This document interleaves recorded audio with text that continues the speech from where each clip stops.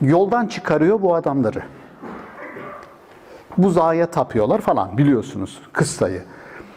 Hz. Musa geri döndüğünde bir bakıyor millet tekrar rotadan çıkmış. Kimi sorumlu tutuyor? Harun'u. Sakalına yapıştığı söyleniyor. Arkadaşlar, geldiğiniz için teşekkür ediyorum. Sabri Hocam, Akdeniz İlahiyat Akademisi'ne ben daha önce iki defa iki defa geldim. 3 defa gelince misafirlik bitiyor. Ev sahibi sayılıyorum. Üçüncü, sağ olasınız. Üçüncü gelişim. Sabah Manavgat'ta hocalarımız burada. Eda Hanım avukat, Büyükşehir Belediyesi'nin avukatı. Kübra Hoca da Manavgat Fen Lisesi'nin din kültürü öğretmeni. Sabah orada etkinliğimiz vardı. Öğleden sonra da buradayız. Konu Tanrı'nın göz bebeği olarak ilan edildi. Aslında niye o ismi verdik? Tanrı'nın göz bebeği insan. Kitaptan dolayı. Yani dışarıda bir kitabımız var. İkinci baskısı burada. Birinci baskısı değil de ikinci baskısı biraz daha görsel, bir göz falan koymuşlar. Benim haberim yok. Kelamcı bir adama yapılacak şey mi yani? Birinci baskısı böyle soyut bir kapak. İkinci baskı Tanrı'nın göz, bebeği, bildiğiniz göz ve içine de bir insan bebek koymuşlar. Bana birisi aradı, hocam dedi sen kelamcısın, mücessime misin dedi yani. Bu nasıl böyle bir kapak dedim, vallahi haberim yok yani. Çok satan kitaplarda kapaklar böyle olurmuş. İnşallah kısmeti açılır. Yani şikayet etmiyorum. Dini Anlama Kılavuzu kitabı var mı sizde bilmiyorum. Kaçıncı baskı mesela? İkinci baskı. İki, bayağı eski almışsın sen ikinci baskı. O kaç? O 9. baskı. Yani kısmeti şükür var, kitaplarını okuyan var ama burası İlahiyat Fakültesi olduğu için söylüyorum yani. 3. sınıf, yani kendi fakültemi dedikodusunu yapmak istemiyorum ama 3. sınıfta sistematik kelam dersine girdim bu sene. 3. yıl yani. Hazırlığı da koyarsanız 4. yılı okuyor öğrenciler. Doğru mu? Din Anlama Kılavuzu kitabını kaç kişi okudu diye sordum. 80 kişilik sınıfta 2-3 parmak kalktı. Aslında korkunç bir şey. Şunu gördüm. Müthiş bir okumamazlık hastalığı var. Okumadan işi götürme. Hocam biz sizi dinliyoruz diyor. Tamam, dışarıdaki birisi dinleyebilir de biz okuyucularız yani. Değil mi? Dinleme ayrı bir kültür. Dinleme kültürü popüler, yeni bir kültür. Simai kültür. Ama okuma kültürü, yani ilahiyatta ben şaşırdım, şok. 3 kişi. Yani 10 baskı yapan bir kitabı kim okuyor dedim. Ya siz okumuyorsunuz, dışarıdaki insanlar okuyor. Enteresan. Dışarıdaki insanlar okuyor. Üniversiteler, ilahiyatlar değil. Ya da ne okuyorsunuz diye merak ediyorum yani. O şikayetimi de dile getirmiş oldum. Tanrı'nın göz bebeği insan temasını niye o başlığı koyduk dedim ve geldik kitaba.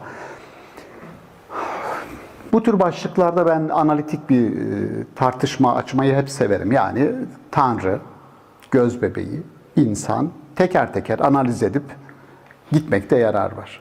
Ama ben insandan başlamayı tercih ederim. Sunum yaparken misyonumuz nedir diye ismini söyler misin lütfen? Esra sunum yaparken özgürlük dedi ve Voltaire'den örnek verdi ya. Evet, yani siz görüşünüze katılmayabilirim diyor. Ama görüşünüzü savunmanız için ben gerekirse ölümü göze alırım. Hatta Montaigne'e de atfedilen bir söz vardır. Montaigne de der ki ben hayatımda hiç Hindistan'a gitmeyeceğim. Ama birisi kalkıp da sana Hindistan'a gitmeyi yasaklıyorum dese ölürüm de o yasağı kaldırırım diyor. Hani sana gitmeyecektin. O mesele o değil diyor. O zaman şuradan girmekte yarar var. En kurucu terim insan için, toplum için, tarih için, medeniyet için bunları büyütün. Bir çığ gibi, kartopu gibi büyütün lütfen. İnsan yoksa toplum yok, toplum yoksa tarih yok, tarih yoksa medeniyet yok. En kurucu kavram nedir diye sorduğunuz zaman lütfen dikkat edin. Yani burada biz bize olduğumuz için biraz daha dilimi sertleştirebilirim. Yani sabah Fen Lisesi'ndeki öğrencilere çok sevecen konuştuk. Ama ne sevecen hocaymış falan olmuş olabilir. Ama burası sevecen olmamız gereken bir yer değil. Biraz kendimize ayna tutmamız lazım. O da şu. Dinin en kurucu terimi nedir yani? Şöyle, İngiltere'deydi sanırım. Bir sofradaydık. Birisi sordu bana. Dedi ki, sence dedi Hristiyanlığın en kurucu terimi nedir? Yani Hristiyanlığı tanımla bana bir kelimeyle dese nasıl tanımlarsın? Yani kurtuluş derim. Çünkü Hz. İsa'nın bütün gelişi insanlığın kurtuluşu içindir. Yani Hristiyan teolojisi açısından çarmıha gerilmiştir insanları asli günahlarından kurtarmak için vesaire vesaire. Kurtuluş dedim. Evet dedi. Peki sen İslam'ı dedim bir kelimeyle tanımlasan ne dersin? Bir kelime de değil, iki kelime olabilir mi dedi adam. Peki söyle dedim. Birisi adalet dedi, birisi tevhid dedi. İşi bilen bir adam olarak. Şimdi adalet ve tevhid. Şimdi bir örneği hep veririm. Buraya döneceğim. Taha suresinde bir olay anlatılır. Belki videolarımda bir ikisinde denk gelmiş olabilirsiniz. Taha suresinde biliyorsunuz Mısır'dan çıkış Hazreti Musa. Sonra onların başa bırakıyor Harun'la kavmini ve orada onlardan olmayan bir adam var, Samiri. Samiri yoldan çıkarıyor bu adamları. Buzağa tapıyorlar falan, biliyorsunuz kıssayı. Hz. Musa geri döndüğünde bir bakıyor millet tekrar rotadan çıkmış. Kimi sorumlu tutuyor? Harun'u. Sakalına yapıştığı söyleniyor. Fakat diyor ki benim hiçbir sorumluluğum yok. Bütün olup biteni şu adam yaptı diyor. Kim o? Samiri. Şimdi Musa dönüyor Samiri'ye. Diyor ki ma hatbuke ya Samiri. Senin derdin neydi? Niye böyle bir şey yaptın? Şimdi Samiri'nin verdiği cevap olağanüstü. Bu Kur'an-ı Kerim'i okuma stratejisinde buna lütfen dikkat edin. Hep ben dikkat etmeye çalışıyorum. Allah'ın tarihsel kişilerin ağzından aktardığı kotasyon dediğimiz tırnak içerisine alabileceğimiz aktarımlar var. Kişilerin ağzından aktarım yapıyor. Firavun'un ağzından aktarım yapıyor, Belam'ın ağzından aktarım yapıyor, işte Samiri'nin ağzından aktarım yapıyor. Bu Akineton diye binilen bir adam var. Onun ağzından Firavunlar kabilesinden yani ama mümin olan, imanını gizleyen Kur'an-ı Kerim'de söylüyor Mümin suresinde. Akineton ağzından aktarım yapıyor. Samiri'nin ağzından da bir aktarım yapıyor. Bu tarih felsefesi açısından müthiş. Tarihte yaşayan insanların nasıl şahsiyetler oldukları, neyi temsil ettikleri ve çoğunu bir kısmını ders işte. Samiri'nin verdiği bu. Samiri diyor ki ya cevaben Musa diyor senin derdin neydi? Samiri diyor ki senin ya elçinin fark etmez Musa'nın mesajı ya da elçinin Cebrail'in ne derseniz deyin.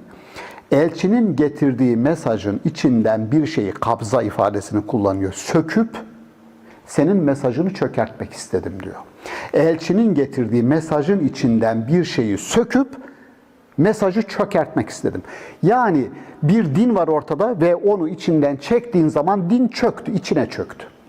Bütün millet sen düne kadar sana hayran olan, işte peşinden giden insanlar bir şeyi çektim içinden ve şimdi gördüğün gibi buzağa tapıyorlar. Abi nasıl bir şey bu? O zaman soru şu, bir dinin içinden neyi çekip çıkarırsan din içine çöker. Artık huzur getiren, insanlara esenlik müjdeleyen, bir din olmaktan çıkar tam tersine çatışmayı körükleyen, bırak başkalarını kendi içindeki mensuplarının bile birbirinin tuzağını kurduğu bir mekanizmaya dönüşür. Dönüşebilir mi? Maalesef. Yani fotoğraf ortada, tarihsel olarak da ortada, bugün de ortada. Soru şu, ben size sorsam şimdi, hangi kelimeyi sistemden çekip çıkarırsanız, şimdi adam ne demişti? İslam'ı neyle tanımladı? Adalet dedi. Neyle tanımladı? Ben bu soruyu baktım müfessirlere. Mesela Fahrettin Razi diyor ki, sistemden tevhidi çekip çıkarırsan çöker. Olabilir. Bu bir yorum. Yine Kur'an-ı Kerim'in iletişim stratejisi muğlaklıklar bırakıyor, açıklıklar bırakıyor, okuyucu doldursun diye. Okuyucu dolduracak ve kendi zamanına update edecek, güncelleyecek olayı. Bu şu demek, Samiri döneminde çekip çıkarılan tevhid olabilir ama bugün çekip çıkardığınızda çökmeye sebep olan başka bir kelime olabilir. Sabit değil o. Dinamik bir süreç. Bugün ne eksik Müslüman toplumlar arasında? Aramızda ne eksik? Adalet mi eksik? Bence değil. Efendim? İnsan eksik ama insanı biz nasıl, hangi yönümüzle insanları onlara muamele edersek? Samimiyet. Bilgi. Merhamet. Kim diyor? Merhamet. Zeliha diyor ki merhamet. Evet. Merhamet, liyakat hepsi. Aslında hepsi var. Ama ana kurucu kavram bana sorarsanız merhamet. Sevgi ve merhamet. Çok iyi hatırlıyorum. Bu Ahmet Hakan'ın Tarafsız Bölge programında konuktuk. Engellilerle ilgili bir program çekiliyordu. Ben de bu merhamet kelimesini orada kullandım. Yani aramızdaki ilişkilere rengini vermesi gereken bir kelime var. Merhamet. O canlı yayında Engelliler Federasyonu Başkanı canlı yayına bağlanmak istiyor hocam falan dedi. İyi bağlan. Ben hiç üzerime alınmıyorum, tamam mı? Bağlansın, o da bir şey söyleyecek zannediyorum. Adam meğer benim için bağlanıyormuş. Engelliler, kendisi de engelli. Engelliler Federasyonu Başkanı. Bizim merhamete ihtiyacımız yok demesin mi adam? Dedim bu adamın suçu değil. Bu bir kültürün suçu. Yani merhamet gibi bir kelimeyi istenmeyen bir kelime haline getiren kültürün suçu. Değil mi? Korkunç bir şey merhamet. Oysa Davud el-Kayseri, bu Davud el-Karsi var bir de. Davud el-Karsi kelamcı, Davud el-Kayseri felsefeci. İbn Arabi'nin en iyi şarihlerinden bir tanesidir. Biraz da ne şarihi diyelim ona, kendini çok beğenmiş. Mukaddemat diye bir küçük eseri var. Başına şöyle yazıyor. Bu kitapta okuyacaklarınız ne benden önce yazıldı, ne benden sonra yazılacak diyor. Tamam mı? Diyorum yani kardeşim bırak da biz takdir edelim. Okuyorum, okuduktan sonra diyorum ki adam haklıymış. Şöyle olur ya bazen diyorlar bu adam çok kibirli, arkasından da diyorlar ama hak ediyor. Şimdi onun gibi bir şey, adam benden önce yazılmadı, benden sonra yazılmayacak. Vay diyorum, okuduktan sonra gerçekten öyle. Şimdi Davud el-Kayseri şunu söylüyor. Allah'ın 99 ismini diyor bir tesbih gibi düşünün.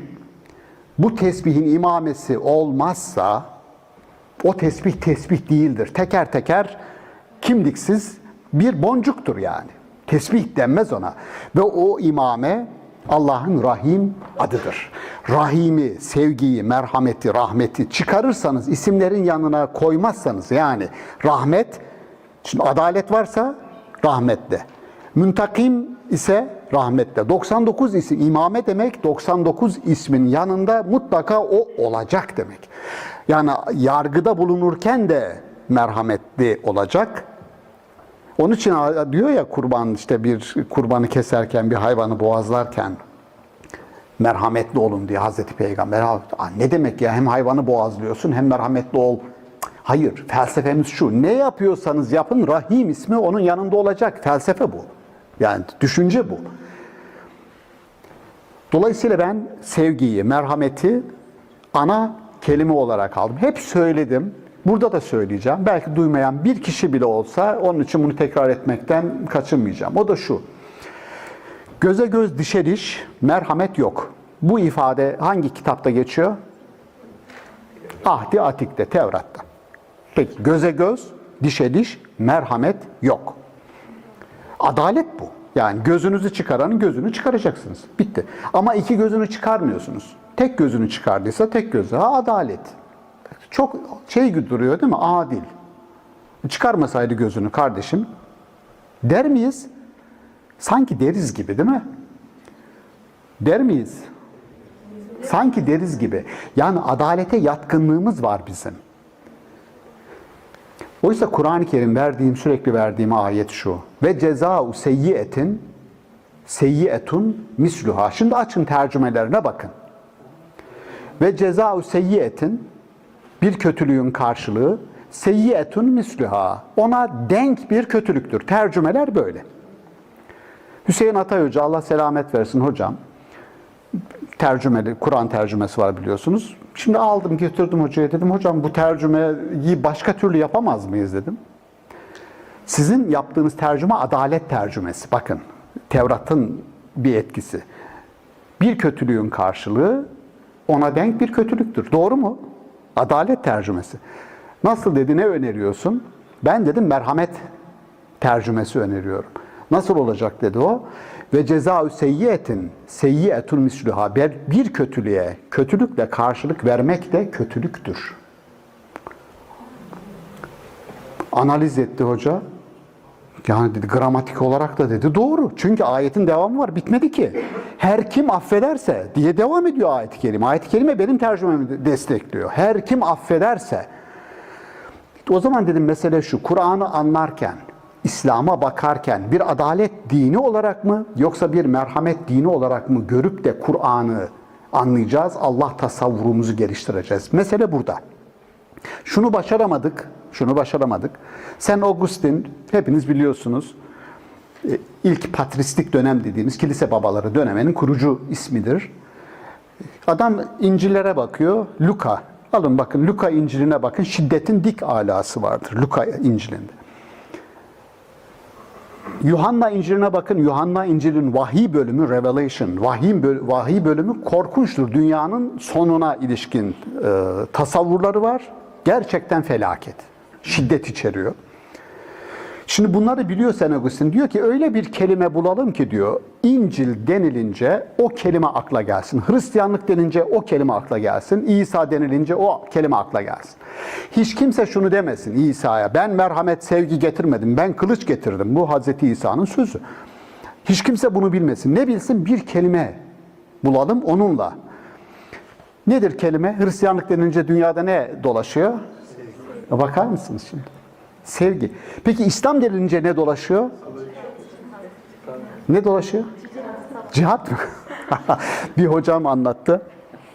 Hocam değil de, yani ilahiyat hocası değil daha doğrusu. New York'ta uydurmuş da olabilir. Yani kurgu da olabilir. Cihat diye bir arkadaşı varmış. Bir alışveriş merkezinde biraz uzakta kalmış yani. Uzak kapıda, şimdi çağıracakmış. Bağırmış ona, cihat, cihat. O bütün millet böyle bir bakmış, kaçışanlar falan. Aha bir terörist var falan burada diye.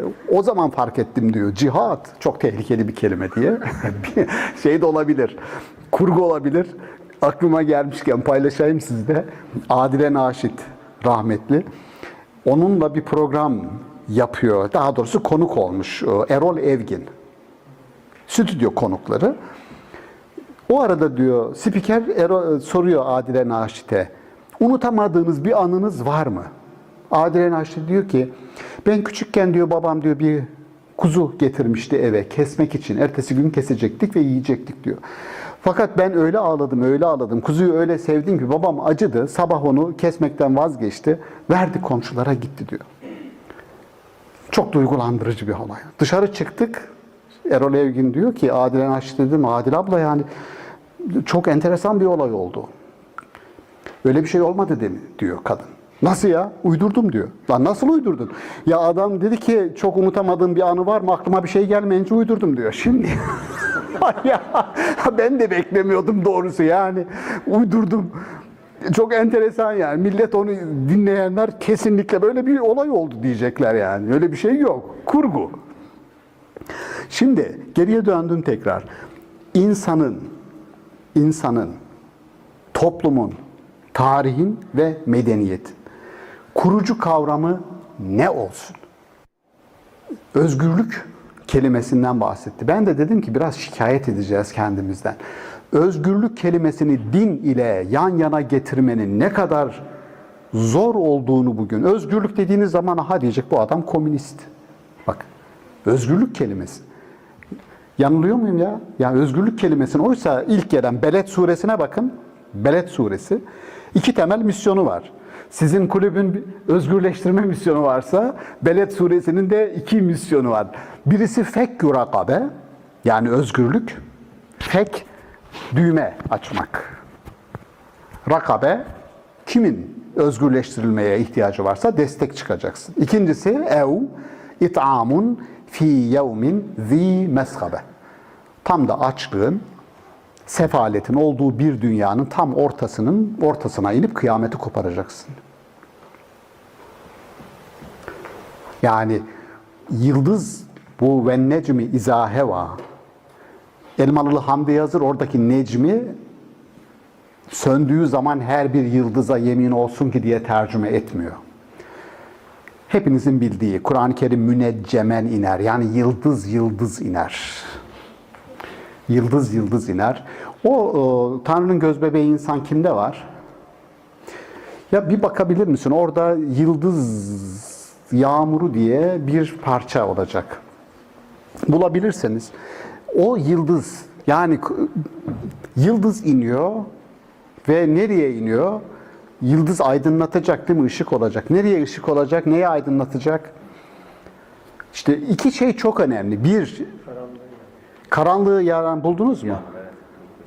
Onu bir arkadaşımıza verebilir miyiz? Yani sesi çok iyi olan. Mikrofon var mı? Sen önce istersen ben konuşurken bir oku. Karanlığı yaran. Yok, hayır, oku derken içinden oku. İçinden oku, bir gör, ondan sonra. Ben de altyapısını yapayım. Bu da benim yıldızım, istenmeyen yıldızım. Şimdi susacaktır yani. Esra ya da bir arkadaşınız onu kapatabilir mi?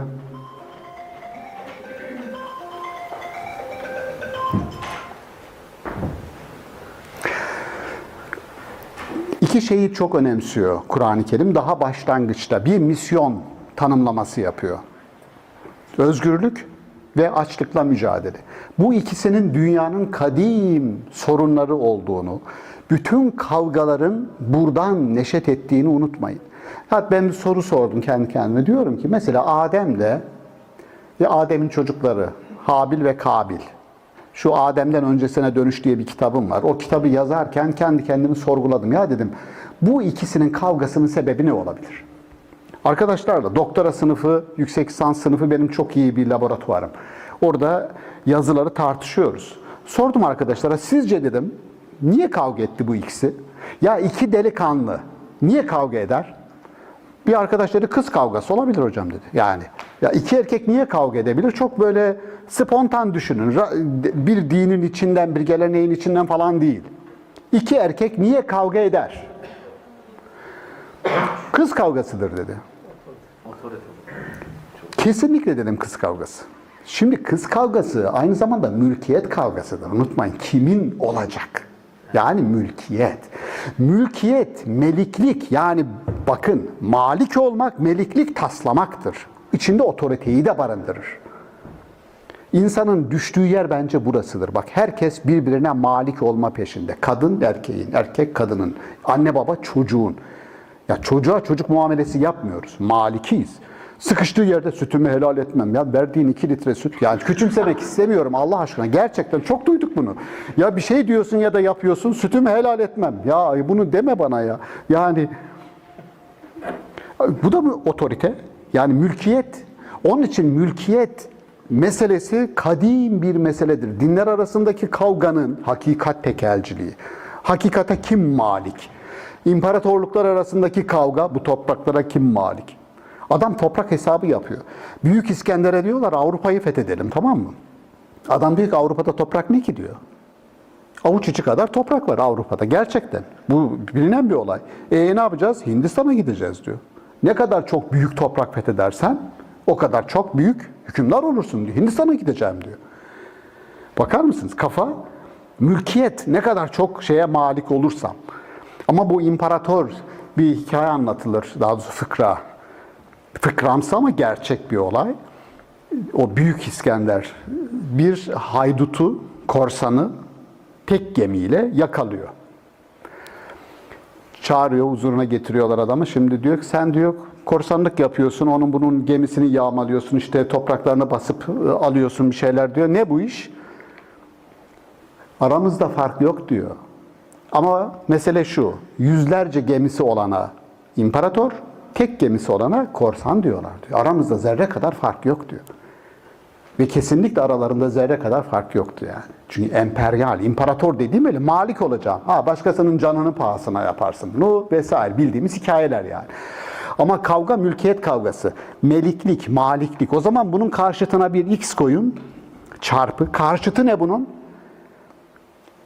Mülkiyet iddiasına karşı verilebilecek mücadele, özgürlük mücadelesi. Adam diyor ki ben senin sahibinim. İşte şeye bakın, hepimizin bildiği işte cahiliye dönemindeki o köle vesaire mesele. Ben senin sahibinim. Ruhuna sahibim senin, bedenine sahibim. Bu batıda da böyle, doğuda da. Yani sanki cahiliye Araplarında böyle de başka yerde öyle değil. Spartaküs'ü biliyorsunuz, isyanları. Foça isyanlarını biliyorsunuz. Foça köle isyanları. Yani Roma'ya karşı yapılan isyanları biliyorsunuz, köle isyanlarını. Ya Amerika'yı biliyorsunuz, Amerika'da istediği gibi seni döver, eder, hiç sesini çıkaramazsın. Mahkemeyi bırak da karşı çıkamazsın. Yani öldürse, adam gelse seni gırtlağını kesse, atsa tamam bitti. Mahkemeye, adalet öyle bir şey yok. Çünkü sen kölesin. Ve senden doğan da köledir. Şimdi bu düzene bakar mısın Allah aşkına yani? Ve bu diyorlar ki din ne işe yarıyor? İnsanın fıtratının olduğu, o fıtratın köle ya da cariye değil, insan fıtratı olduğu, anlatabiliyor muyum? Öyle köleliği kaldırdı mı, İslam kaldırmadı mı? Ya Mustafa Reşit Paşa Osmanlı'da son köle pazarını kaldırdığı zaman Auguste Comte, sosyolog biliyorsunuz, kendisine bir tebrik mektubu yazıyor. Tam o dönemde Suudi Arabistan'da Osmanlı'ya karşı isyan başlıyor. Sebep? Kur'an'da var olan köleliği kaldırdı Osmanlı Devleti, kafir oldu. Bir kafir devlete itaat etmek gerekmez. Şimdi nasıl bir tarihin ve kültürün içinden geldiğimiz ve bugün neyin mücadelesini verdiğimizi bir görün. Ben şimdi diyorum ki, adam diyor ki, ya bunlar hep akılcı, bunlar özgürlük diyor, bunlar hep sosyalist gibi konuşuyor falan filan. Diyorum ki adamın suçu yok. İçinden geldiği gelenek, okuduğu kitap onu gösteriyor adama. Yediği içtiği bu. Yok başka bir şey yok o kültürün içerisinde. Görmemiş. Okumamış. Ama gerçek bu. Dolayısıyla İslam'ın o ilk iki Beled suresinde ben Sarp Yokuş'un eteğinde insan kitabını yazarken, orada Sarp Yokuş biliyorsunuz akabe. Felaktahamel akabe. Ya akabe, sarp yokuş nedir dediği zaman ne ibadetimizi sayıyor sarp yokuş olarak ne de başka bir şey. İki tane hedef gösteriyor. Ve bugün dünyayı kuran bütün mücadeleler, baksanız adam Afganistan'a, Irak'a giderken ne diyordu Amerika? Sizi özgürleştireceğiz. Sizi özgürleştireceğiz. Doğru, özgürleştirdi. 1 milyon insanı Irak'ta öldürdü. Bir o kadarını Afganistan'da öldürdü. Değil mi? Çok enteresan bir şey oldu. Ön yargının nasıl bir şey olduğunu anlatmak için. 4-5 ay önce Habertürk'te Taliban meselesini konuşuyoruz. Benim de yüksek lisans tezim Hindistan'la alakalı. Seyyid Ahmet Han ve entelektüel modernizmi. Eskiden beri Hindistan bölgesi hala okurum. İşte yazılar talep edilir, yazarım. Oradaki hali hazırda Pakistan'da var olan Deoband ekolü, geleneksel ekol, ilk kurulduğu, yani Hindistan'da çok hakim bir gelenek. Seyyid Ahmet Han'ı çalıştığım için Seyyid Ahmet Han'a karşı Mekke'ye gidip kafir olduğuna dair belgeler alıp gelip Hindistan'da dağıtan bir ekol. Dolayısıyla Taliban'ın da bu Deoband ekolünü takip ettiğini, dışlayıcı işte bir vesaire bunları yazıyorum da bu birkaç gün içerisinde çıkacak. Katar Milli Savunma Bakanlığı bir kitap hazırlıyor. Onun bir bölümü olarak da çıkacak. Taliban'ı yazdım orada. Bu konuyu konuşuyoruz. Bununla ilgili bir şey söyledim. Biraz tam böyle sinirlendim. Dedim ki ya Amerika, yani bu topraklardan, Orta Doğu vesaire bu topraklardan çekip gitmesi lazım dedim. Zulmetmeyi kesmesi lazım. Bize de şöyle bir şey düşüyor dedim. Bak bir dikkat edin lütfen şu ifadeye. Varsa bir yanlışlık siz lütfen söyleyin ya. Dedim bunu söylerken aklıma bir şey geldi dedim. Bakın giriş şöyle, Amerika bu topraklardan çekip gitmeli, zulmünü bir kenara bırakmalı. Aklıma bir şey geldi dedim. Hazreti Peygamber'in hadisi. Diyor ki ya Peygamberimiz, sahabilerin var etrafında, zalim kardeşinize de, mazlum kardeşinize de yardım edin diyor. Şimdi zulmediyor dedim ya Amerika. Peygamberimiz diyor ki zalim kardeşinize de, mazlum kardeşinize de yardım edin. Sahabiler diyor ki mazlumu anlattık ya Resulallah da zalime nasıl yardım edeceğiz? Zulmetmesini engelleyerek diyor. Tamam, bitti. Mesajı ben verdiğimi düşünüyorum abi. Sabah Yeni Akit Gazetesi'ne manşet. Amerikalılara hadisli destek. Amerika'ya hadisli destek. Ya ben mi diyorum IQ'm benim mi çok düşük? Yoksa bu IQ meselesi değil.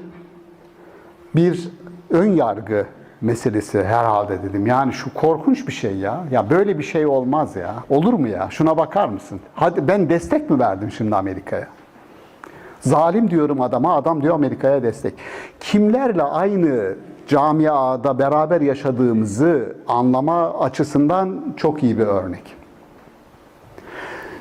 Özgürlük kelimesini ben kurucu kavram olarak, dinin kurucu kavram olarak aldığımız zaman, sefaletle, açlıkla mücadeleyi dinin kurucu kavram olarak algıladığımız zaman biz bir tarih felsefesi yapmaya başlayacağız. Tarih. Yani şunu hep söylüyorum, Yahudilerde, Hristiyanlardaki gibi ve Müslümanlardaki gibi bir teoloji yok. Ne var? Yahudiler diyor ki biz Tanrı'yı tarihte görürüz. Metinlerde değil. Onun için Musa, Davut vesaire, Süleyman, bütün bu bizim peygamber dediklerimize Yahudiler peygamber demezler. Kral derler. Çünkü onlar tarih yaptılar. Tarih yaptılar. Ben Allah Tabiat Tarih kitabı, bakın Allah, tabiat, tarih. Ben Allah'ı nerede görmek istiyorum? Tabiatta, doğada görüyorum. Görüyorum. Öyle bir görme ki kimileri hızını alamıyor, panteist oluyor. Bak panteistleri öyle çok yadırgamayın. Biz panteist değiliz, tamam, ama Spinoza, Albert Einstein. Şimdi şunu düşünmek gerekmez mi? Herkesi kendi penceremizden izlemeyi bırakmamız lazım bizim. Einstein diyor ki ben dindarım ama asla sizin gibi bir dindar değilim. Dinsiz bir müminim. Hayda. Şimdi ben dinsiz bir müminim. Albert Einstein. Buyurunuz. Adam mümin. Nasıl oluyor kardeşim? Az önce dinsiz dedin. Dinsizim. Bir Tanrı'ya inanıyorum ama diyor asla sizin inandığınız Tanrı değil. Peki kimin Tanrısı dediğin zaman Spinoza'nın Tanrısı. Spinoza da biliyorsunuz Yahudi ve panteist. Şimdi doktora tezi hazırlanıyor. Belki de bitirmiştir arkadaş. Bir müzakeresi, tartışması var. Din felsefesinde Ankara'da. Temel karakteri Spinoza'nın ateist olduğu konusunda. Dedim yanlış. Doğru değil. Yani tartıştık orada, bu dedim doğru değil. Spinoza panteist. Panteizm Tanrı'nın tabiata sindiği en ileri formu temsil ediyor. En ileri formu. Yani evrendeki her şey tanrısal bir öz taşıyor. Bu her şey Tanrı demek değil. Tanrı yok hiç demek değil. Ama ben diyor yasa olarak, Tanrı'yı yasa olarak, kanun olarak görüyorum ya buradaki mükemmelliği. Tamam, bizim hesap soran, gören, eden, kişisel nitelikler atfettiğimiz Tanrı'dan farklı bu Tanrı. Ama ortada bir Tanrı kavramı var. Ona bakın diyorum. Daha panteizmi, yani konum o değil. Parantez içerisine almış olalım onu. Ama insan tasavvuru, Tanrı tasavvuru, doğa tasavvuru, tarih tasavvuru, özgürlük kelimesini çıkarın, bütün felsefenin burada döndüğünü görürsünüz. Mesela Allah yaratırken, alemi yaratırken, İşte felsefedeki gibi nedensellikle, zorunlu olarak mı, bir determinizm var mı, yok mu tartışmalarında bütün kelamcıların bütün derdi nedir? İradesini özgür bir şekilde kullanır. Yani kelamda Maturidi'de çok barizdir o. İrade ve tabi'ı, yani insanın doğasını karşı karşıya getirir. İnsan hiçbir eylemini zorunlu olarak, hiçbir iradi eylemini zorunlu olarak yapmaz ama tab'ı onu bazı şeylere zorlayabilir. İnsanın tabiatı kendisine bir şeyleri yaptırabilir. Orada zorunluluk olabilir. Ama irade söz konusu olunca insanda bile özgürlük vardır. Dolayısıyla Allah'a giderseniz haydi haydi vardır. Yaratmaya bile özgürlük kavramıyla başlıyoruz. O yoksa Tanrı yok. İstediğimiz anlamda bir Tanrı yok yani. Mecburen iş yapan Tanrı olur. Kurucu kavram olarak şunu altını çizmeye çalıştım arkadaşlar. Tanrı'nın göz bebeği olmak gibi bir nitelik insana atfedecekseniz bu çok değerlidir. Çünkü bu ifadeyi İbn Arabi'den aldım ben. İbn Arabi diyor ki insan için göz bebeği neyse, bakın gözün bebeği, gözümüzü koruruz yani bebeği. Derler başınıza bir şey geldiği zaman ya gayri ihtiyari olarak yüzümüze bir şey gelince gözümüzü bak gayet taban dedim işte. Gayri ihtiyari diyorum. Bakın zorunlu olarak gözlerimizi koruruz. Der ki İbn Arabi, insan için göz bebeği neyse Tanrı için insan odur. Şimdi gerçekten öyle midir? Bak bu bir kurgu. Adile Naşit'in kurgusu gibi bu. Yani İbn Arabi kurar. Bir eserine denk geldim. Et-Tenezzülat el-Mavsiliye. Musul'da bana inenler diye bir küçük 30 sayfalık bir eser. Et-Tenezzülat el-Mavsiliye. Şimdi başında diyor ki, yazma halindeydi bir eser. Seyahat halindeydim diyor. Bir gece Musul'dan geçiyordum. Buradakiler, bu yazdıklarım o gece bana geldi. Tamam. Ben diyorum ki içimden dedim ki ya ben o kadar seyahat etsem kardeşim gider yatar uyurum yorgun argın. Sen ne yaptın ki? Oturmuş Musul'da gelenleri yazmış. Güzel, çok yaratıcı, çok hoş. Büyük bir kafa İbn Arabi. Yani şapkamı çıkarıyorum. Şecar kelimesini yorumluyor İbn Arabi. Cennette o şecara yaklaşmayın dediler. İbn Arabi'yi sevmemin sebebi o. Yoksa bir kelamcının İbn Arabi'yi sevmesi biraz, Sabri Hocam? Biraz zor olabilir. Ama benim sevdiğim şey semantik tahliller. Ve semantik tahliller yani bir müfessirdir, unutmayın. İbn Arabi mutasavvıf falan diyoruz. Ama kendisi filozoftur. Ama tasavvuf literatürünü kullanmıştır. Ve yaptığı da aslında tefsirdir. İşte tefsirlerden bir tanesi. Şecere yaklaşmayın diyor. Bu şecere yaklaşmayın. Biz onu yaptık, elma yaptık, armut yaptık, meyve dedik falan. Oysa İbn Arabi diyor ki şecar, köküne bakarsanız sevdiğim tarafı o işte. Şecera parçalamak. Kur'an-ı Kerim'de başka ayetlerde var. Şecara ayrılmak, parçalamak. Adem ve Havva ilk defa insanlık paydasını bırakıp erkek ve kadın olarak kendilerini savunmaya geçtikleri için düştüler diyor. İnsanlığı bırakıp da kendilerini, insanlığı parçaladılar cinsiyet dili üzerinden. Onun için de düştüler diyor. Aynen bugün düştüğümüz gibi. Bak kadın ve erkek arasındaki yüzyıllar mücadelesi aslında bir düşüşün mücadelesidir. Bir düşüşün resmidir. Korkunç bir şey. Korkunç bir şey. Bu kadar akıllı adamın, yani Aristo koca bir adam, büyük bir adam. Ya nasıl sen dersin ki kadınların ruhu yoktur? Biliyorsunuz Olimpos Dağı'ndan olimpiyatları başlatan meşale, Olimpos Dağı, zeytin, kutsal dağ. Olimpos Dağı tanrıların panteonu. Orada kurulur parlamentoları yani. Oradan getirirler. Kutsal yağla olimpiyatlar başladığı için kutsallığını bozar endişesiyle kadınlar hiçbir şekilde arenaya alınmıyor. Seyirci olarak da alınmıyor, oyuncu olarak da alınmıyor. Şimdi bu nasıl bir kültür? O şecara parçalayan kültürün resimleri, farklı resimleri. Bakın bu yaratıcı bir yorum, doğru mu? Yaratıcı bir yorum. Onun için İbn Arabi'nin o tutumunu, yani insan bir retina kadar, o bebek kadar Allah nazarında kıymeti olduğunu söylediği zaman ben bunu değerli buldum ve oraya aldım. Şeye de yazdım yani İbn Arabi kaynakları bu tanımlama diye hakkını verdim. Bunun tersi de var ama. Yani Tanrı'nın göz bebeği olabilecek insan tam tersi Allah'ın belası diyebileceğimiz bir niteliğe de kavuşuyor. Doğru mu? Doğru. Yani yeryüzüne bakın.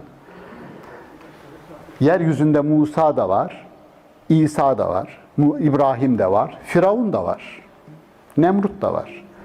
Onun için o ayrımı ya şöyle okumaya hep karşı çıkmışımdır.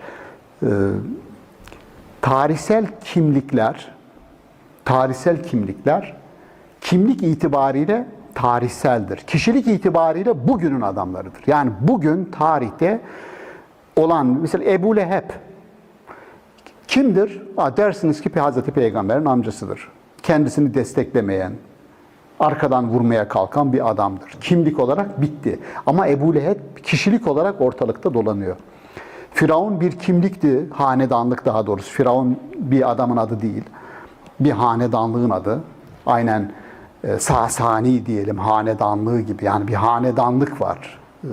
Ya da Kaçarlar sülalesi diyorsun, Osmanlı diyorsun, hanedanlığın ismini veriyorsun. Firavunlar da öyle. Ama Firavun dediğin zaman aklına ne gelir? Ben hatırlıyorum bizim Gümüşhane'de bir amca vardı, Allah rahmet eylesin. Adama Firavun biraz bozulmuş, yumuşamış hali. Firavun derlerdi adama. Ben sonradan büyüyünce anladım niye adam Firavun. Adam Firavunmuş. Ya en azından öyle işleri vardı yani. Firavunca işleri yapıyormuş adam. Dolayısıyla kişilik olarak hala burada. Şurada Kur'an'ı eğer bir tasnif yaparsak, yani bir birey, bir toplum, bir tarih, bir medeniyet perspektifinden Kur'an'a bakıp da okumaya çalıştığınız zaman, bu şu demek, birey perspektifinden baktığınız zaman ciddi bir psikoloji, ciddi bir psikiyatri arka planına sahip olmanız lazım siz. Çünkü inanılmaz insan tahlilleri var. Müthiş. Bu Tanrı'nın göz bebeği insan ilk 50 sayfasında bu tahliller ağırlıklı ona yer verdim. Yani bireyle alakalı. Ama aynı zamanda o bireyleri topladığınız zaman bir toplum meydana getiriyor. Yani Kur'an'ın bir toplum tasavvuru yok. Ama bireyler üzerinden bir tasavvur. Çünkü direkt toplum tasavvuru faşizm demektir. Ya şöyle düşünün, mahalle baskısı diyor ya. Ya bir topluluk düşünün, bu topluluğun içerisinde arkadaşlar, yani sesli düşünüyorum. Bu topluluk içerisinde azıcık aykırı davranan birisi çıktığı zaman dışlar. Yani öldürmese bile, boğmasa bile dışlar. Büyük bir cezalandırmadır. Buna la misas diye geçiyor. Az önce geçtim ya Samiri ismini. Ya Samiri'ye Musa'nın verdiği ceza ne biliyor musunuz? Dokunulmazlık ayette geçiyor. Taha suresi 20. ayetten itibaren bir okuyun. Dokunulmazlık. Sana dokunulmazlık veriyorum diyor. Ne güzel işte dokunulmazlık. Hayır.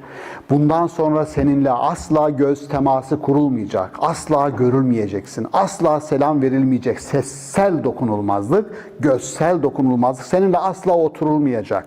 Bu camianın bir parçası sayılmayacaksın. Korkunç bir şey. Bu Tevbe suresinde var ya, Hazreti Peygamberle gitmeyip de mazeret beyan edip de kalanlar, aynısını Hazreti Peygamber onlara uyguluyor. Daha doğrusu Allah talep ediyor ve dünya bize dar gelmişti diyor. Çünkü dokunulmazlık korkunç bir şey. Dindar toplumlar kendi mensuplarına Spinoza'ya yaptılar biliyorsunuz.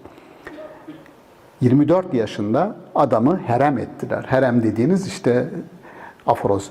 Bu yaygın Hristiyan kültürünün etkisi diyeceğim yani. Adam bakıyor, Budist rahipler diyor. Ya kardeşim, Budistlerin rahibi mi olur? Rahiplik dediğin Hristiyanların din adamı grubudur. Budist rahip olmaz ki. Burada da aforoz. Spinoza'yı aforoz ettiler diyor. Aforoz Hristiyanlığa ait bir şeydir. Yahudilerde bunun adı heremdir. Müslümanlarda keşke hiç adı olmamış olsaydı ama adı, değil mi? Tekfirdir. Yani kitabı görmüşsünüzdür. Bizim Ankara İlahiyat'la Almanya ortak bir Müslümanlık, Hristiyanlık kelimeleri, vokabüleri, bir sözlük çıkardık. Sanıyorum 2 cilt mi? Almanca yayınlandı, İngilizce yayınlandı, Arapça yayınlandı sonra. 25-30 civarında makalem var. Makale dediğim yani birer buçuk sayfa falan yazılar. Almanların bu blasfemi diye bir kavram var. Yani kutsala hakaret. Blasfemi. Kutsala hakaret nedir Hristiyanlık kültüründe onu yazdılar. Mualla Selçuk Hoca editoryal gruptaydı. Dedi ki hocam dedi bunu dedi Müslüman kültüründe de sen yaz dedi. Cık. Ya kutsala hakaret karşılığı ne? Şimdi bulmaya çalışıyorum. Kutsala hakaret ne? Blasfemi. Sonra buldum. Elfazı küfür. Elfazı küfür. Yani maddeyi ben yazacağım, tamam. Dolayısıyla bakmaya başladım. İşte bu cuma günü Kemal Hocam, bu cuma günü Kemal Paşazade'nin Ankara'da sempozyum yapılacak. Kemal Paşazade'nin elfaz-ı küfürle alakalı risalesi. El yazma halinde. Ya el yazmalarına bulaşmaya çalışıyorum. Elfaz-ı küfür olarak neler yazdım? Neler yok ki? Sonra baktım ya, okudum, maddeyi yazdım, teslim ettim. Ondan sonra dedim ki yani kelamın bence yüz karası bir alan dedim yani. Ya bir adamın bir şey yaptığında, söylediğinde kafir olduğu hükmünü vermeyi sana kim verdi ya bu yetkiyi? Allah aşkına ya. Bu nasıl girdi bizim alanımıza? Şunu yaptığı zaman kafir olur. Bitmiyor ki. Kafir olduğu zaman ne olur? Karısından boş olur. Sonra ne olur? Mirastan işte mahrum olur. Sonra ne olur? Biraz ileri giderse kafasını keseriz. Abi ne oluyor ya? Bismillahirrahmanirrahim. Bakar mısın şuraya ya? Arkadaşlar, size şaka gibi geliyor olabilir.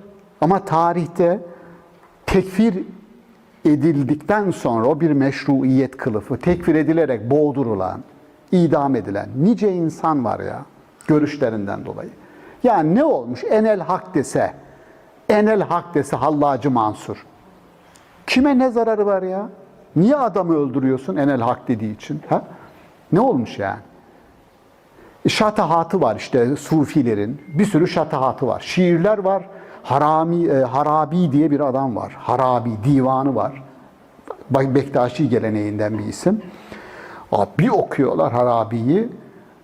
Bu çok okunan ey zahit şaraba eyle ihtiram. Biliyor musunuz bu türküyü? Ha, biliyorsunuz, çok güzel. Ey zahit, dinledim şimdi. Ey zahit, şöyle aklıma geliyor. Aziz cemaat, bugün konumuz ve böyle başlıyorsun. Ey zahit şaraba eyle ihtiram.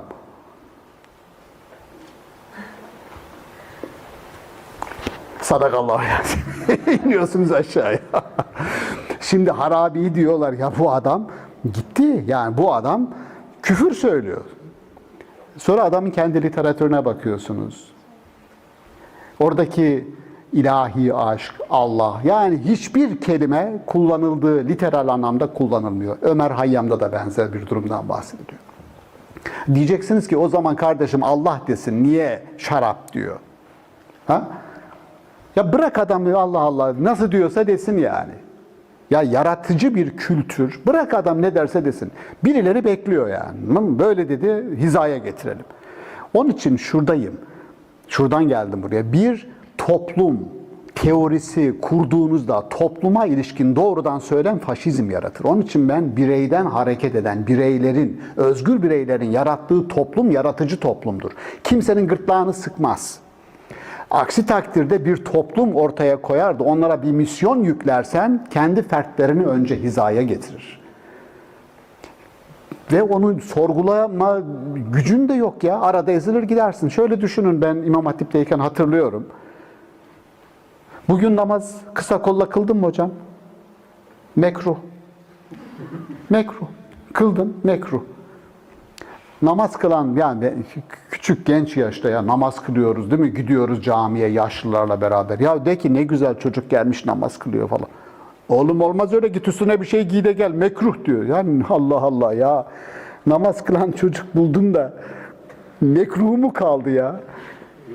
Değil mi ya? Mekruh nereden çıktı bu?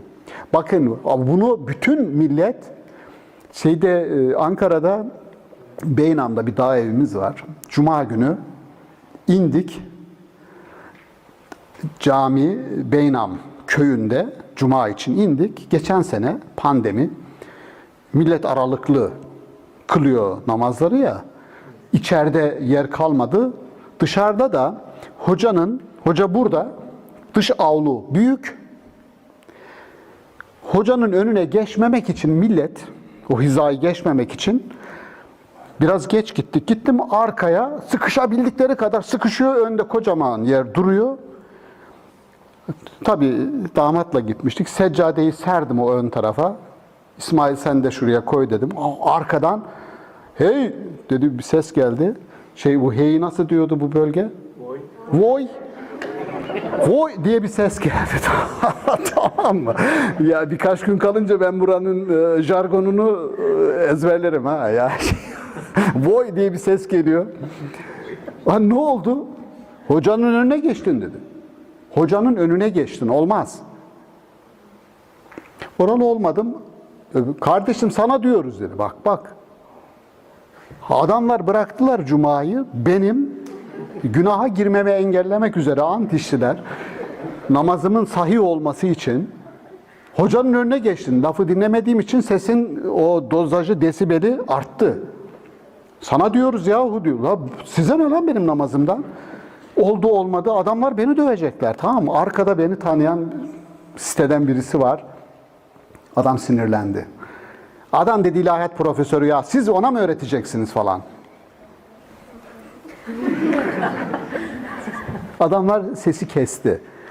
Ya şimdi bak koca mahalle beni ya hoca olmasam kesinlikle kıldırmayacaklar namazı ha. Oradaki adamı alacaklar aralarına.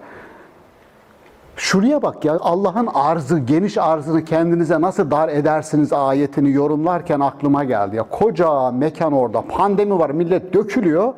Arkaya sıkışmışlar. Hocanın önüne geçmemek için oradaki koca avlu duruyor ya. Allah akıl fikir versin kardeşim. Mahalle baskısı dediğin şey bu. Kimdi bunu söyleyen mahalle baskısını? Şerif Mardin. Mahalle baskısı. Onun için toplum her zaman bir faşizm uygulamaya meyyaldir. Onu denetleyecek olan kanunlar, kurallar ama ondan önce de bence bu merhamet. İzin ver. Anne baba vermiyor ya çocuğuna. Anne baba vermiyor, izni vermiyor. Azıcık farklı düşündüğü zaman gırtlağını sıkıyor. Yani o fiziki olarak gırtlağını sıkmak anlamıyoruz onu, o değil. Ama aykırı, farklı bir düşünceye imkan vermiyor. Dinden çıkarsın diyor, sadece din değil, kültürden çıkarsın. Kültürden çıkarsın yani. Az bir şey değil. Dolayısıyla önce birey, sonra toplum, sonra o toplumun tarihte, ya bu büyük bir tartışma alanıdır. Tarihi yapan kimdir? Tek bir kişi midir?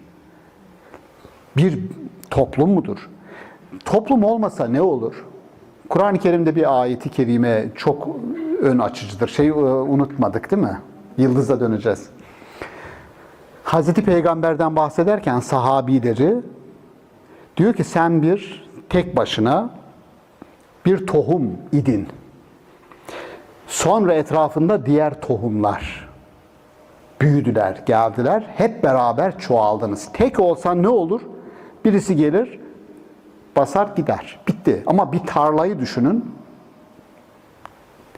Maturidi çok güzel bir yorum yapıyor. Diyor ki tarihte bazı peygamberler neden başarısız oldu? Kendi ifadesi. Peygamber başarısız olur mu falan o öyle bir şey hiç gerek yok yani. Bu ortam onun yeri değil.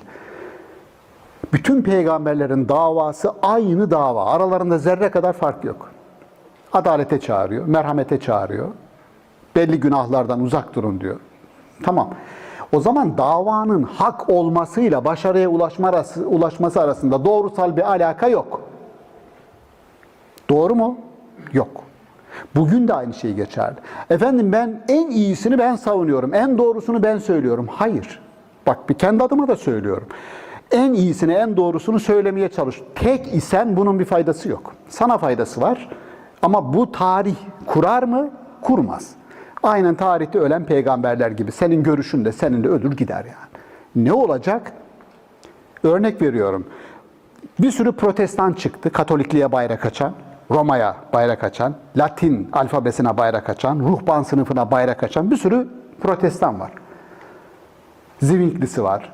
Hepinizin bildiği Martin Luther'i var, Calvin'i var vesaire. Niye Martin Luther protestanlığın kurucusu olarak öne çıktı?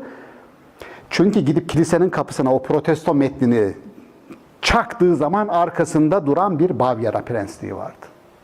Sen orada, ben senin arkandayım. Dolayısıyla destek, bakın oradaki çoğalmayı sahabilerin desteğiyle Hazreti Peygamber, onun için bütün yaşamı boyunca sahabilere nazik davrandı. Onlarla birlikte var olduğunu bildi. Müslümanların o davranışı, yani Hazreti Peygamber'in sahabilere o davayı omuzlayan birer nefer olarak bakması ve saygı duyması, her birine itibar etmesi onları var etti özgüvenle. Yani gelip de ya Resulallah ben düşünüyorum her şeyin bir sebebi var. Evet. Peki Allah'ın sebebi kim? Onu kim var etti diye soran bir sahabiye Peygamberimizin verdiği cevap nedir? Yani kulunun imanını taklit seviyesinden tahkik seviyesine yücelten Allah'a hamdolsun. Yoksa şöyle, kardeşim bu nasıl bir soru? Mesela şimdi verilen cevap o değil midir? Ya sorsanız birisine tövbe tövbe falan der size yani. Oysa biz birlikte var olma. Bak ümmet, yani aynı ananın çocukları gibi ümmi, yani aynı anadan doğmuş insanlar gibi birbirini tolere edemeyecek bir toplumun yaşam şansı yok. Vermiyor. Yani tarih vermiyor. Onun için birey diyorum, toplum diyorum, tarih diyorum. Bu üçüyle ilgili Kur'an'ın kurucu kavramlarını ayrı ayrı. Yani bir Gottfried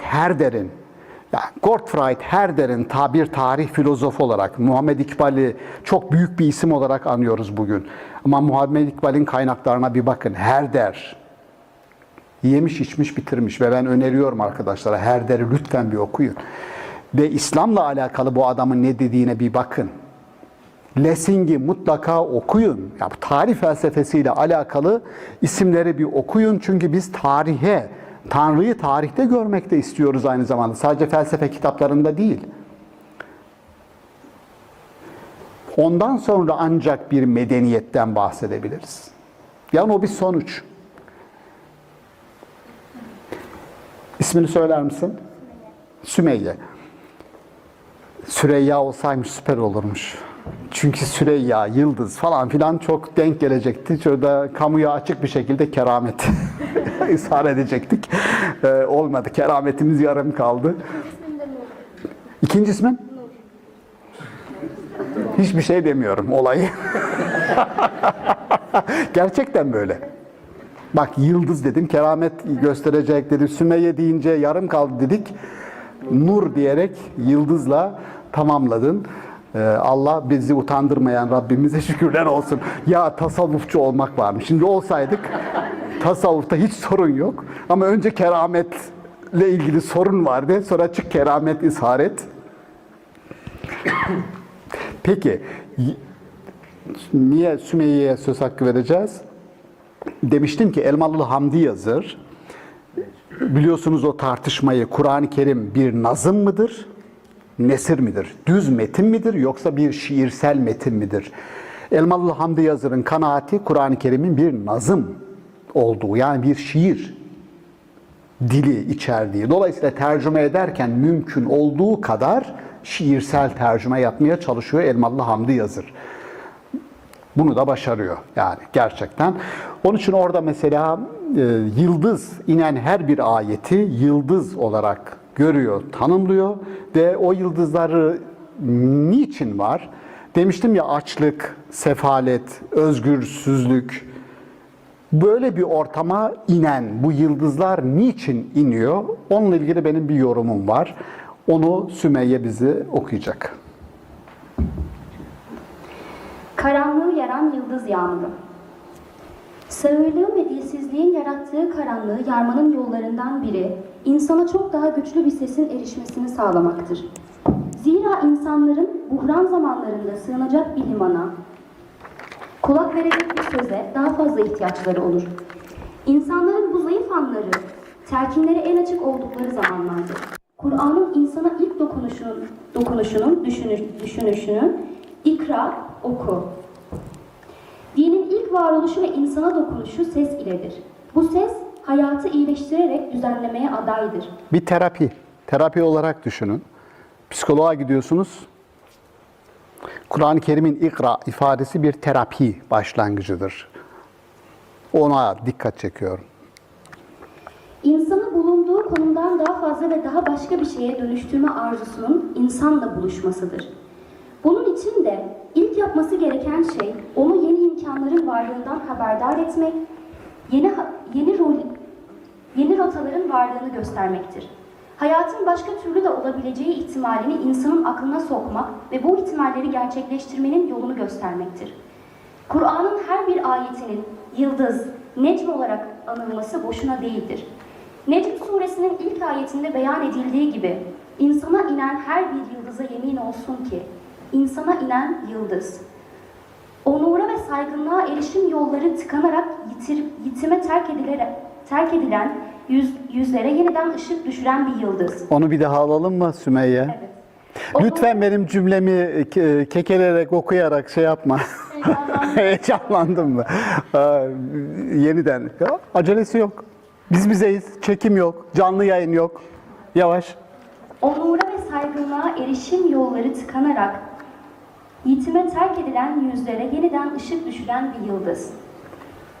Toplumun kaba bir kütle halinde insanlık onurunu çiğnediği ve aşağıladığı bir ortamda insanca yaşamın yolunu gösteren bir yıldız. Tarihsel koşulların kıskacında çaresiz bir şekilde tükendiğini, zavallılaştığını hisseden herkese umut aşılayan bir yıldız. İnsanı tek boyutluluğa tutuklayan bir dünyanın semasını metafizikle aydınlatan, sonluluğun insan üzerine düşen gölgesini sonsuzluk ışığıyla ortadan kaldıran bir yıldız. İnsan yaşamını tek düzelikten kurtaran, kum gibi çölde kaybolup gitmesini engelleyen bir yıldız. Güçlüyü her zaman haklı çıkaran, çapulu geçim kaynağına dönüştüren dini, parayı ve iktidarı tek eline alan ilkel kabileci her toplumun kıyametini koparan bir yıldız. Kur'an bir bütün olarak tam bir yıldız yağmurudur. İnsanı kendi ufuk çizgisinin ötesine taşıyan, kendi sınırlarını aşması için yollar gösteren bir yıldız yağmuru. Mevcutla yetinmemesini, gözünü her zaman en yüksek ufka dikmesini, sınırları yoklamasını isteyen bir yıldız yağmuru. Duralım. Duralım. Ağlayıcıyım. Türk filmlerinde olur ya. Çok duygulandım, ağlayıcıyım. Gerisini oradan takip edebilirsiniz. Bu tarih toplum felsefesi açısından söylüyorum. Bakın dini, parayı ve iktidarı kendi tekeline alan dediğim Lat, Menat, Uzza. Bakın Uzza, İzzet yani iktidar tekeli bendedir diyor. Kimseyle paylaşmam. Lat yani uluhiyet, lahut biliyorsunuz felsefede kullanılır. Lahuti ve nasuti yani dünyevi ve ilahi alan. Onu kendi tekeline alan, Lat'ı tekeline alan bir kabile. Menat'ı yani parayı kendi tekeline alan. Putun temsil ettiğine bakın. Bunlara edebiyatçı yoktur içimizde de. Var mı edebiyat? Yok. Metonim diye bir kelime var. Metonim. Bunlar bir temsildir. Yani biz şöyle baktık gittik. Kur'an'da Lat, Menat, Uzza diye andı. Ne bunlar? Arapların taptığı putlar. Gerisi var mı? Oysa metonim dediğimiz şey bir temsil dünyası kurar. Şöyle düşünün. Mesela metonim iyice anlaşılsın diye. Allah vermesin de kalksak yarın sabah Hürriyet gazetesinin manşetinde koca bir postal var. Asker postalı. Hiçbir şey yazmıyor. Ne olmuştur? Darbe olmuştur. Niye? Çünkü asker postalı bir dünyayı temsil eder, bir evreni. Ona biz metonim diyoruz. Hiçbir şey yazmana gerek yok. Ya da şöyle olsa, bir Kabe resmini koysak bir gazeteye. Kabe bir temsildir, bir dünyayı temsil eder, anlarsınız. Mescid-i Aksa'yı koyduğu zaman hemen bir evreni temsil. Bu metonimdir. Mesela Hazreti Peygamber'in Mescid-i Haram'dan Mescid-i Aksa'ya İsrası bir metonim dedi ki bir dünyadan bir başka dünyaya, sıradanlıktan, ümmilikten bir peygamberler halkasına katılıyor. Yeni bir dünyaya katılıyor. İsra onurlandırılıyor, yürütülüyor, yüceltiliyor. Sıradanlıktan kurtuluyor. Şimdi bu metonim olarak bakmadığın zaman Lat, Menat, Uzza, putlar. Putlar neyi temsil ediyor? Bir şey söyledim ya, bu temsiller Kur'an-ı Kerim'in tarihte olmuş, bitmiş bir hikaye anlatan belgesel. 1450 sene öncesinin belgesellerini çekmiş bize veriyor. Böyle bir kitap değil o. Söylediği her şeyin bugün karşılığı var. Piketty diye bir adam var. Piketty'nin kapitalizmi eleştiren ciddi bir kitap. Çok satanlar içerisinde 3-5 sene önce çıktı. Dünyanın bu servet dağılımıyla çok fazla gitmeyeceğini, adam onu söyledikten sonra sarı yelekliler Fransa'da ortalığı birbirine daha da katacaklar. Yani dünyanın çok büyük bir kısmı arkadaşlar, şaka gibi gelebilir. Türkiye'de şükür o durumda değiliz. Birleşmiş Milletler'den bir grup geldi. Yıllar önce İstanbul'a Gecekondu mahallesini gezeceğiz. Gecekondu mahallelerini gezdirecekler. Gezdiriyorlar işte, götürdüler varoşlar Gecekondu mahalle. Adam geldiler. Gecekondu mahallesine ne zaman gideceğiz diyor. İşte geldik ya Gecekondu mahallesi. Ne Gecekondu mahallesi diyor. Evin önünde araba var. Tepesinde uydu anteni var diyor. Ne gecekondusu? Gecekondu dediği şey Brezilya'da var. Latin Amerika'da var. Kahire'nin büyük bir kısmında var. Yani insanlar barakalarda yaşıyor. Bildiğin teneke. Tenekelerde yaşıyor. İçinde tuvaleti yok, duş alacağı hiçbir şey yok. Dışarıda, tuvaletler falan hep dışarıda. Kapısının önünde çocuğunu yıkıyor. Ve dünyanın büyük bir kısmı böyle bir yoksulluk içinde arkadaşlar. Şimdi böyle bir dünyaya lafı olmayan ve bunu umursamayan bir kültür, din, insan ne olacak? Sonunda kıyameti kopacak bunun toplumsal olarak. Kur'an-ı Kerim ona saat diyor. Saat. Yani şunu söylemeye çalışıyorum. Bu çok kolay bir şey değil. Ben şuna üzülüyorum. Ya adam geliyor. Hocam diyor bir ayet gördüm diyor. Bu işte biraz şununla çatışıyor. Böyle yapıyor diyorum. Yani Kur'an'ın kurmak istediği bir dünya ile bizim takıldıklarımız arasında inanılmaz bir asimetri var yahu. Bunu ismini versem mi vermesem mi vermeyeyim. Hadi eski Diyanet İşleri Başkanlarımızdan bir tanesi. Benim de İngiltere'den 6 ay beraber aynı evi paylaştığımız bir hocam. Ev arkadaşı. Bir ayeti yorumlarken yani bunu yapmaya çalışıyorum. Diyor ki ya sen yapacağın şeyi yap. Niye ayete söylettiriyorsun bunu diyor. Hatta biraz amiyane bir ifade kullandı. Dedi sen dedi ayete resmen dedi takla attırdın dedi ya. Ayet şu. 5'te bitireceğim ben 7 dakika içinde. Efemen essese bünyanehu ala takva minallahi ve rıdvanin hayrun em alternatif bir yaşam sunuyor. Tevbe 109. Efemen essese bünyanehu ala takva minallahi ve rıdvanin hayrun em. Yapılarını, bünyelerini, bünyanlarını, toplumsal yapılarını takva ve rıza kavramları üzerine inşa edenlerle bir uçurumun kenarına inşa edenler hiçbir olur mu diyor. Şimdi bir toplumun üzerine inşa edileceği iki kavram var. Birisi takva, birisi rıdvan. O uçurumun kenarına inşa edenler Tevbe 109'a bakabilirsiniz. Bütünüyle uçuruma yuvarlanır giderler. Yani bir toplum ne zaman uçuruma yuvarlanır?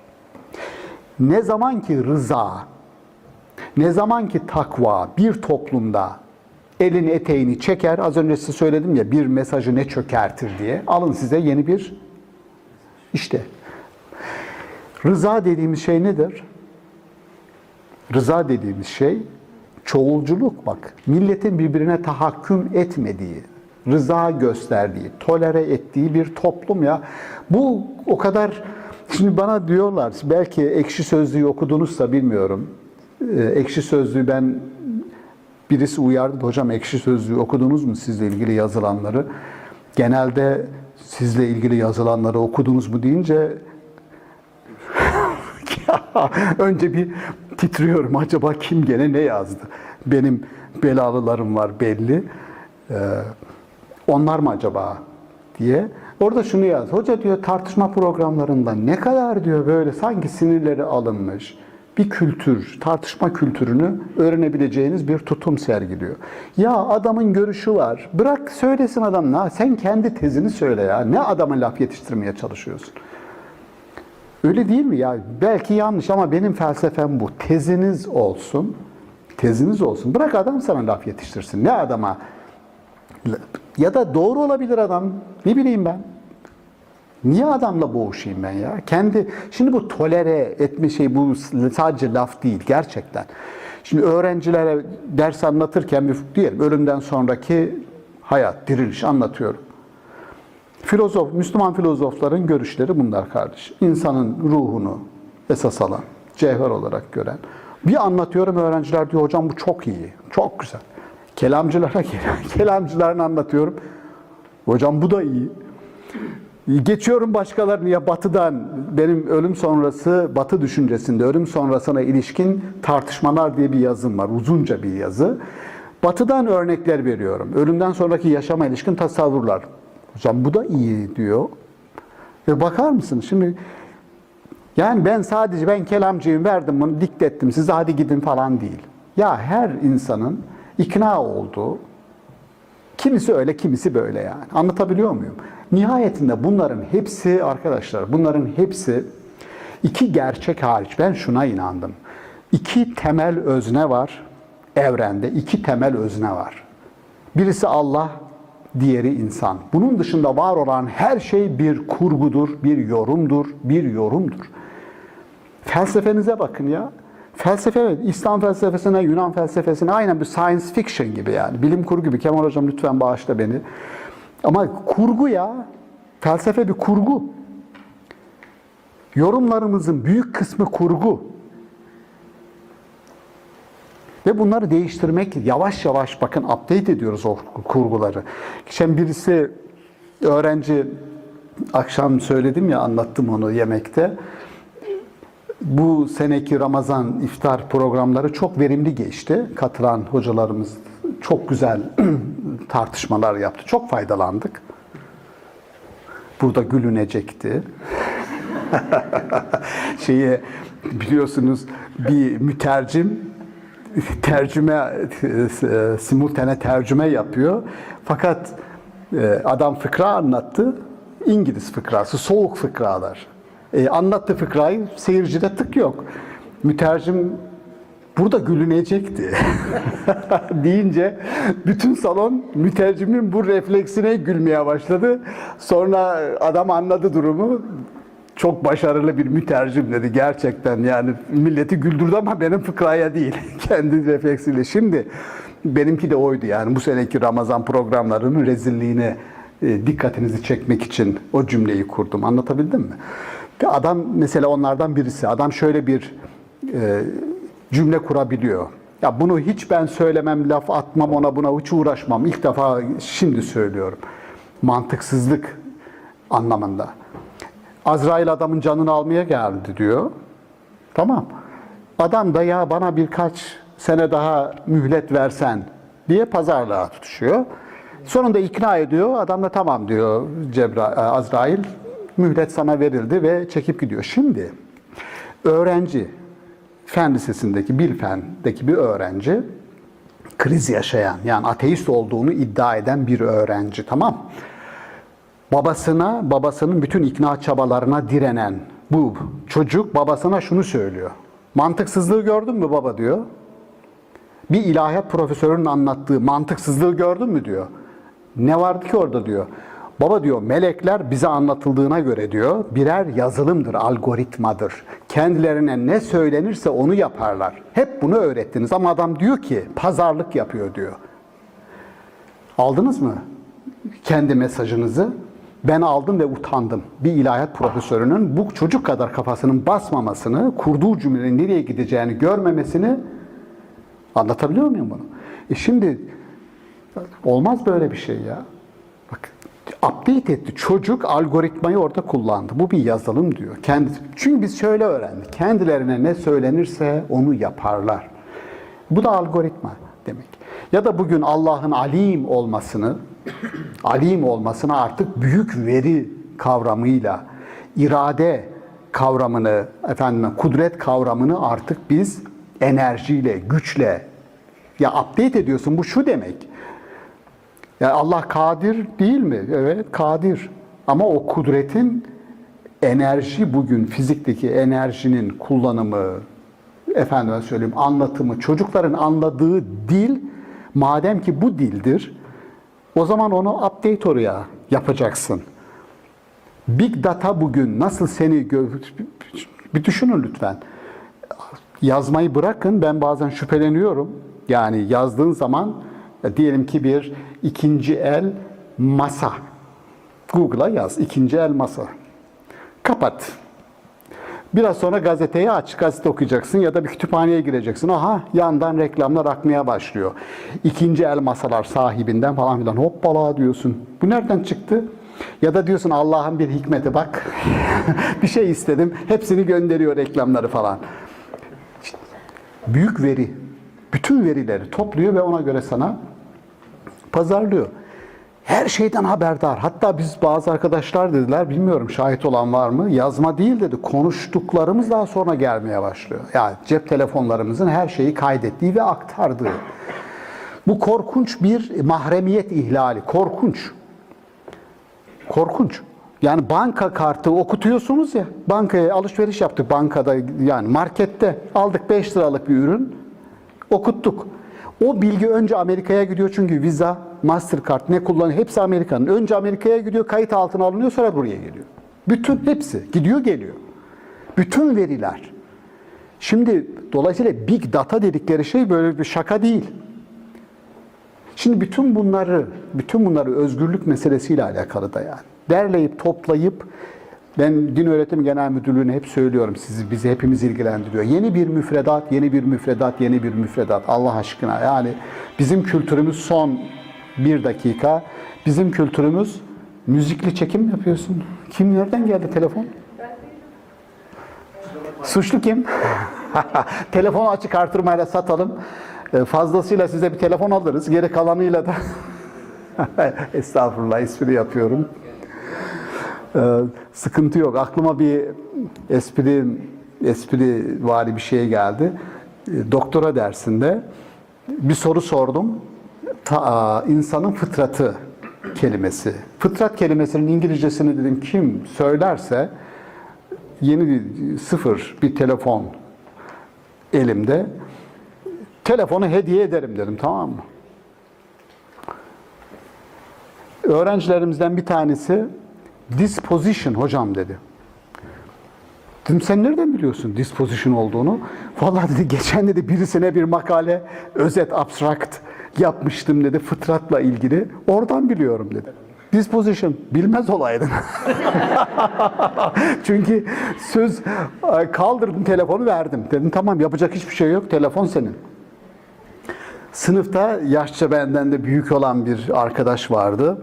Dedi hocam ben sizin telefonunuzu kurtarabilirim. Nasıl kurtaracaksın dedim. Sözünden dönmeyen sadece Allah'tır cümlesini teyit etme anıdır hocam. Sözünüzden dönün ve sadece Allah'tır ifade dedim yahu, bu benim telefonumu kurtarır ama burada çok daha büyük bir sözünden dönmek gibi çok büyük bir olayla karşı karşıya kalırız diye dedim hayır. Allah'tan o öğrenci arkadaşımız Allah'ın çok merhamet verdiği bir öğrenci olduğu için iade etti telefonu. İade etmeseydi ben öğrenciliği bitirirdim onun zaten. işin esprisi bir kenara. Arkadaşlar 1,5 saatlik bir sohbet oldu. 2 dakikada özetlersek ne vermeye çalıştım bugün, paylaşmak istedim sizinle. Tamamen göz bebeği olan insanın göz bebeği olarak hayatta, toplumda, tarihte yer tutması için ne tür niteliklere ve niceliklere, yani niceliğe biz her zaman karşı sanki dururuz. Örneği verdim. Peygamberi destekleyen o insanlar olmasaydı o dava ayaklar altına kalırdı. Dolayısıyla nicelik, niteliksel bir nicelik, Kevser diyelim. ona. O da lazım. Bütün vurgun buydu. Özgürlük, merhamet kavramların eşlik ettiği bir birey, toplum, tarih sonunda bir medeniyetle ister istemez bizi buluşturuyor. Ben dikkatiniz için teşekkür ediyorum arkadaşlar. Herhalde soru faslı olmayacak. Değil mi? Olacak mı? Bir iki arkadaşımızın sorusu değil de hocam çok iyiydi, çok güzeldi, Allah razı olsun gibi.